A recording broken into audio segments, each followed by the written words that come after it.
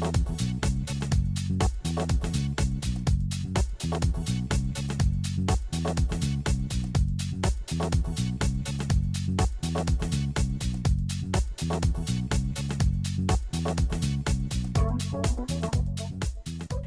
and welcome to Wired In. I'm Diana Gulotta with Hampton City Schools. I'm very pleased today to be joined by two very important people. First, our new mayor, Donnie Tuck. Welcome. Thank you very much for having me here. And our kind of new superintendent, been here more than a year now, so I guess we're no longer a rookie, Dr. Jeffery Smith. Welcome. Thank you for the opportunity. So we're here today to talk a little bit about a great collaboration between the city and the school division, the Mayor's Book Club. And so many of our viewers may not know very much about the book club, so can you tell us a little bit about the background? Yes, the Mayor's Book Club started in 2008 under then Mayor Molly Ward, and it was based on the simple fact and somewhat startling fact that Virginia, like so many other states, bases the number of jail cells that they will build about 10 years from now on the third grade reading level. So if you have children who are not reading at third grade level when they're in the third grade, then about 10 years from there is a jail cell that's being constructed with that person's name on it. It's a very unfortunate fact. And so we find that a number of kids who are from low-income families or disadvantaged families don't receive the benefit of having bedtime stories read to them or visits to libraries. And so what we want to try and do is equalize their experiences with those who are more fortunate to have their own libraries at home, or who parents take them to libraries and read them bedtime stories. So from the school division side, how do you see this as helping our mission to make sure that all of our children are learning at a very high level and eventually that all our schools are fully accredited? Absolutely. As the mayor said, in terms of the sharing of information, it's so important because it's value added for us. And so when we have business leaders and volunteers coming in and reading to our young people, it establishes for them the importance of literacy. And so it's certainly for us, it's a strong partnership and value added in terms of our work as we move forward in educating our young people. So as the new mayor, is there anything different that you would like to do with the program, or do you have plans to expand it at all? Well, actually, we're constantly looking at ways of trying to improve and enhance the program. And the program actually went through a major expansion back in 2011, and that's when Newport News Mayor McKinley Price saw the results in Hampton, and then working cooperatively had the program expanded into Newport News. We're also looking at expanding it to include maybe more community-based and faith-based preschool programs. And of course, we're doing more summer programs and just looking at different opportunities. So are there any specific things that our community can do to better enhance the program or support the program? Do you need donations, readers? What do you need? Well, that's a great question. And in fact, there are probably two things that stand out. One is certainly donations. We have individuals who work with the publishers as well as, I guess, the book providers to try and get some of the books at below retail cost, but they're still expensive. And we have a number of partners in the community, such as Old Point National Bank and Bay Point Credit Union, that do donate money. But it's still, the expense is there, and we could use certainly more volunteers to donate money. And then we provide about 5,000 hours each month in the different schools.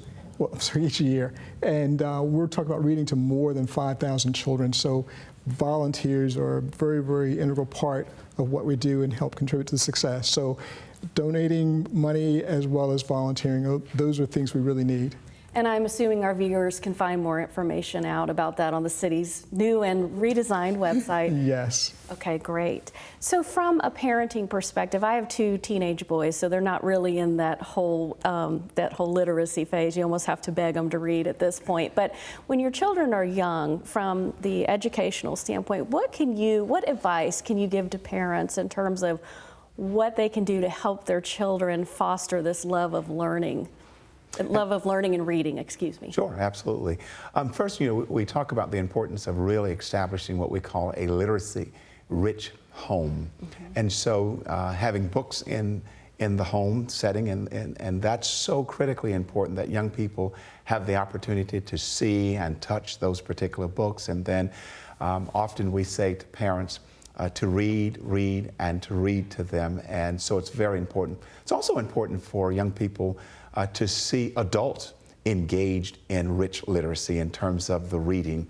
And so whether, certainly during our era, whether it's the newspaper or the magazine that you pick up and young people get a chance to see you engaged in the reading, that's so important in terms of literacy and developing, certainly for young people to understand the importance of it.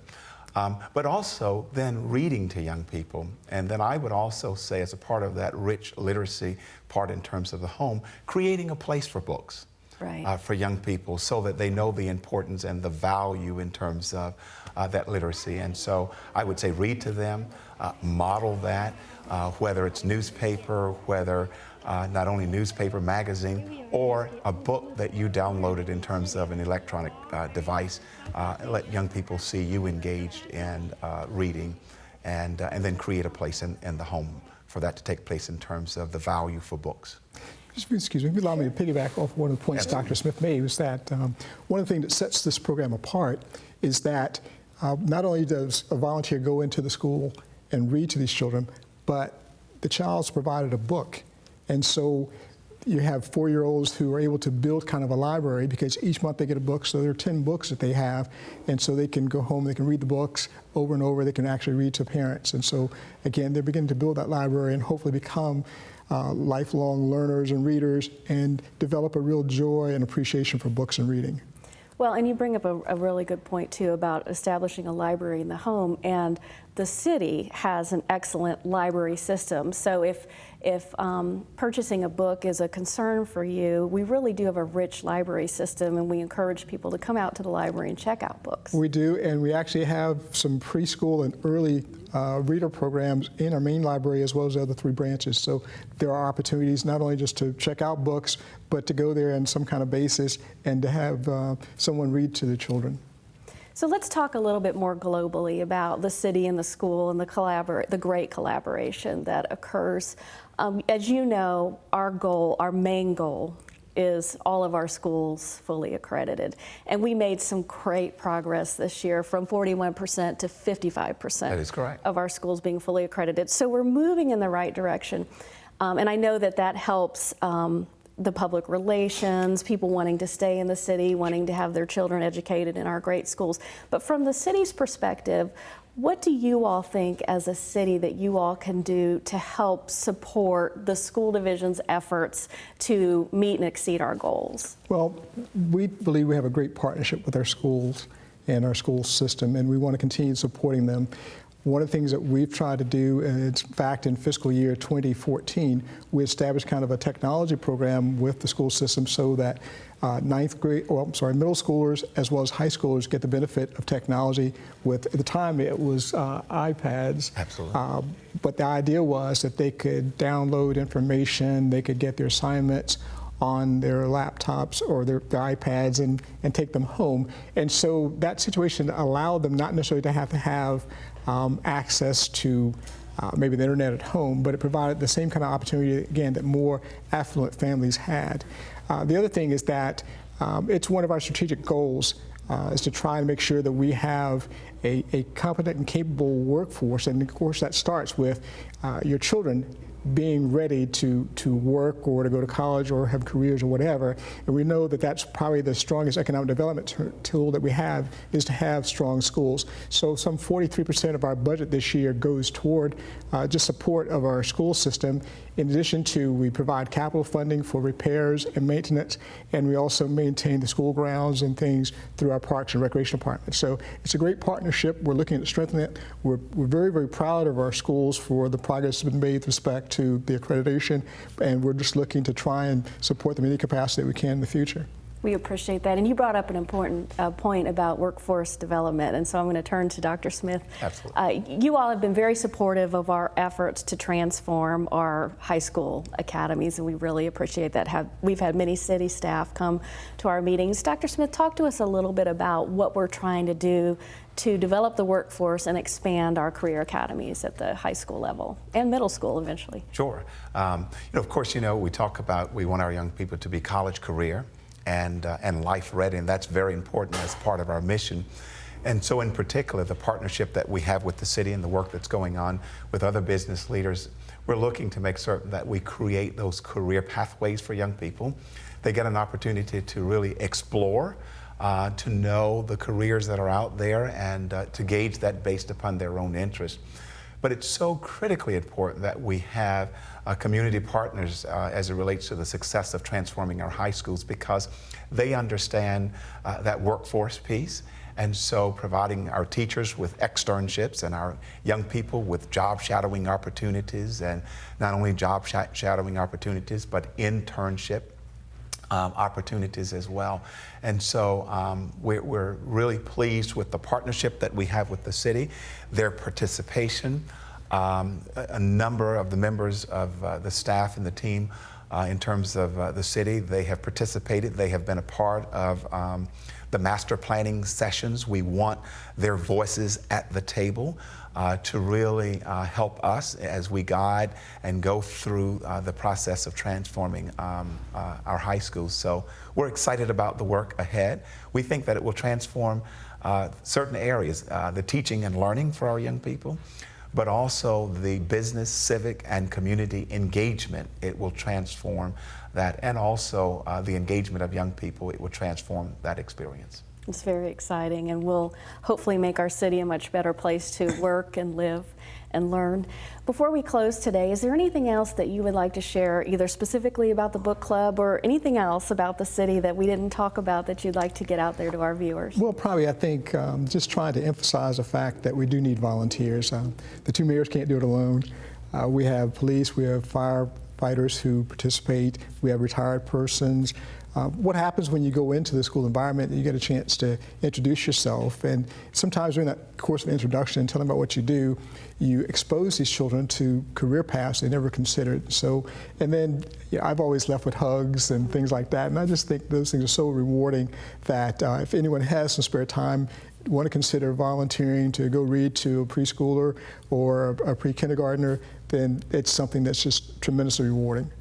And you also mentioned bringing volunteers into our schools. I think one thing that people miss when we're talking about our schools and talking about the reputation, people tend to believe what others may say, but those others may be people who've never been in our schools. So this is certainly an opportunity. We're very transparent. We want folks in our schools. So this is certainly a great opportunity to come in and see the great things that our students are doing, because it's simply amazing. It is.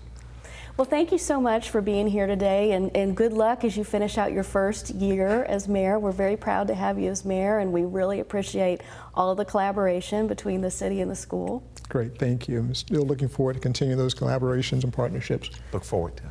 And thank you for coming on as well. Thank you.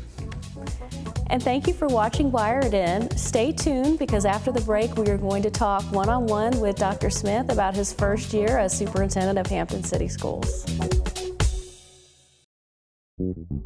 Go away.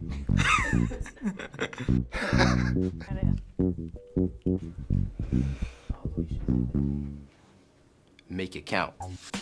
Make it count, dude. My life. Make it count. My future. Do you see me? My choice. Make it count. It's time to make it count. Check out the academies of Hampton. You have so many options at your fingertips. Talk to your parents and meet with a counselor today. Make a choice, make it count. Visit us at the Hampton City Schools website. Click on Schools and then Academies of Hampton. Fill out an application today. And welcome back to Wired In. Our superintendent has decided to stay with us a few more minutes to talk about his first year as superintendent of Hampton City Schools. So welcome, and thanks for staying. Well, thank you for part two, and so I look forward to the conversation. So wow, first year, we've been here a little bit more than a year, and we've seen some great success in one of the areas that our board had as a focus, our community has as a focus, and of course you've had as a focus, the improvement in student achievement. So talk to us a little bit about what our projected accreditation ratings look like for this last school year. I'm excited to share that, obviously last year we had 12 schools that were fully accredited, and we're looking forward to 16 of our schools being fully accredited. So that's certainly, we moved the needle from 41% of our schools fully accredited, and we certainly project that 55% of our schools will be fully accredited. And so I'm really proud of the work of the team and certainly our students and the families that we serve. So let's talk specifically about a couple of schools. Wow, Andrews Pre-K through 8 school was denied accreditation a year ago, and now where are they looking like? We're projecting that they will be fully accredited, and and what I also learned that this is the first time in the history of that school for them in terms of full accreditation. Wow. So that is an exciting. It is an exciting time for us as a school division. And certainly the administration, the staff, the students, and the families of that particular school, along with members of our team, members of the division leadership team, should really feel proud of the outcome of their hard work and working together. So as superintendent, I am delighted to be able to share and be a part of that good news. And you visited Andrews within the last few days to talk to the staff about the success, right? I did, and the smiles on the faces and the excitement in the air there was very contagious. And so we look forward to this year, the 2016 and 17 year, and so the starting place for them, it's a very good starting place and a lot of energy there to move forward.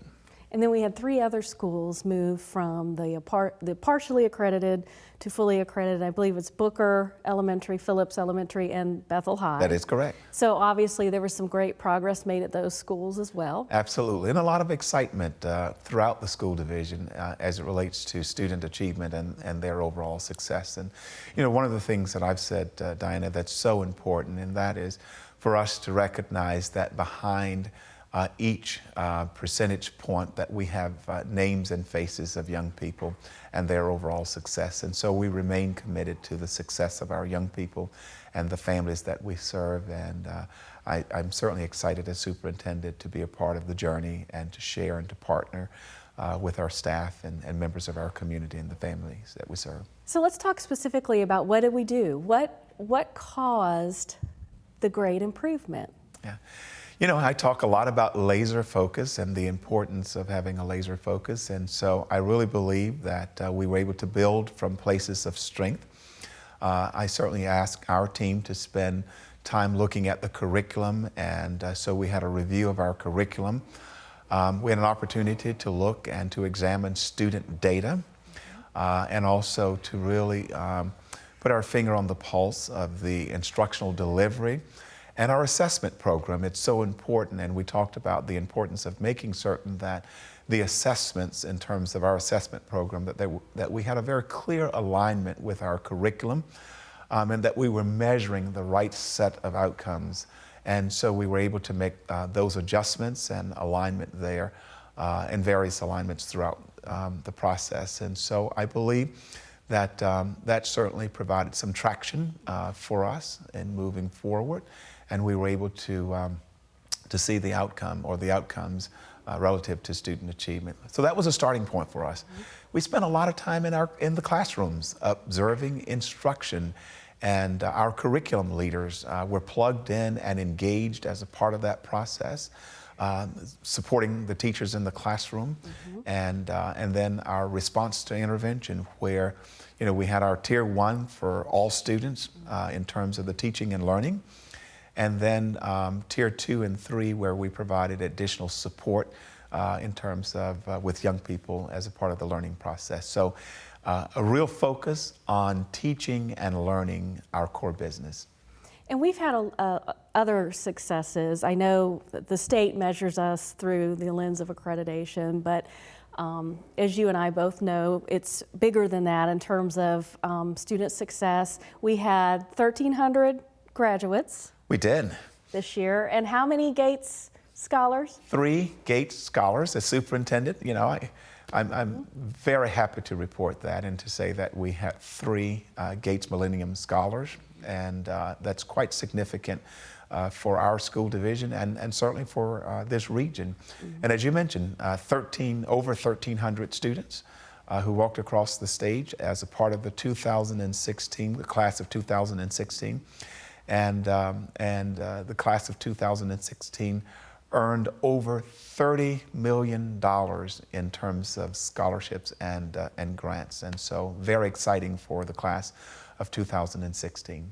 So we are obviously preparing them well to go out and work, join the workforce, go to college, go into the military. And so that brings me to our next conversation about career academies and the work that we're doing to really develop our workforce and transform teaching and learning at the high school level. So talk to us a little bit about Ford and GL and the work that we're doing with the career academies.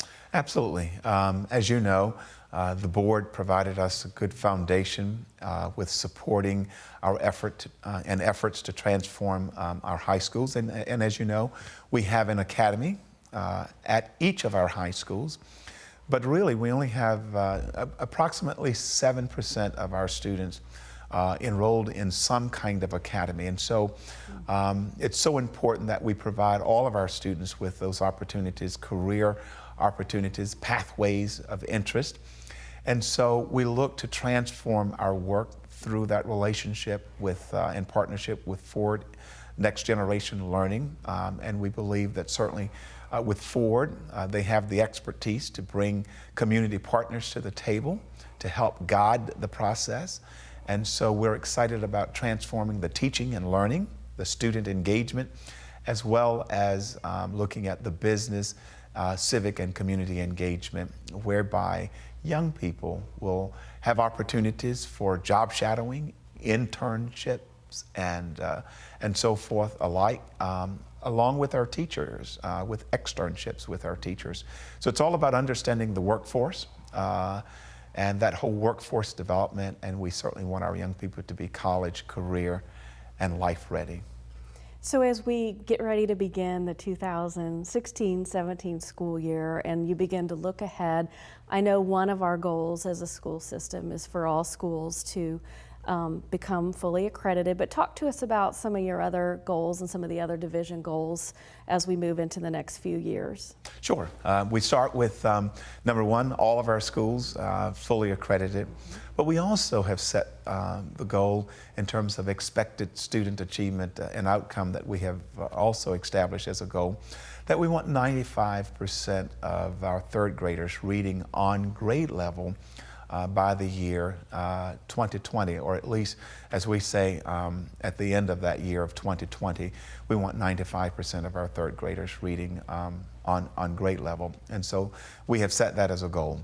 In addition to that, we have also established the goal at the middle school level that by the year 2020, that all of our middle school students will explore at least 2 career pathways. And so we really want to set them up for success as they transition into the high school.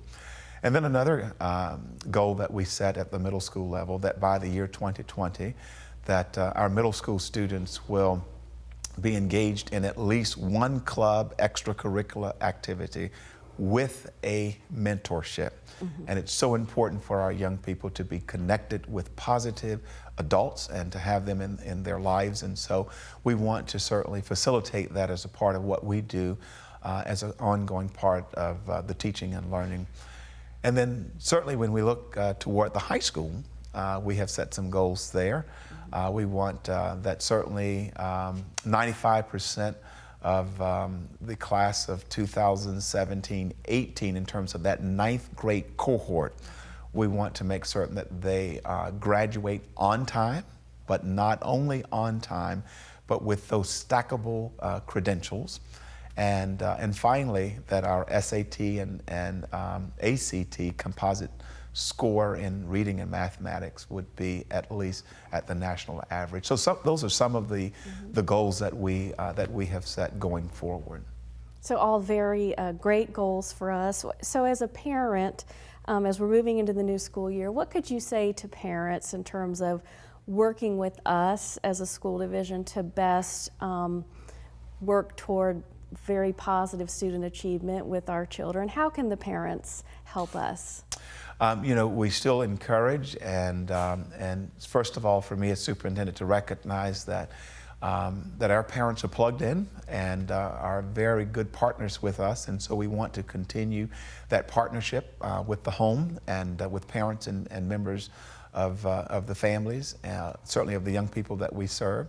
And that's so critically important. And so as we go forward, our plans are to develop a 5-year parental family engagement plan so that parents feel like they're plugged into the real work of teaching and learning and can certainly continue to support our efforts. And so we look forward to that. Well, congratulations on the improvement in student achievement. I know it was you and the entire team. Absolutely. All of our teachers, support staff, bus drivers, everybody played a role in that, so Absolutely. Congratulations. Thank you. And thank you for joining us today. Hopefully you'll come back sometime during the school year and we can talk about some of the progress on those goals as we move forward. Thank you. I look forward to returning. And thank you for watching Wired In. Have a great week.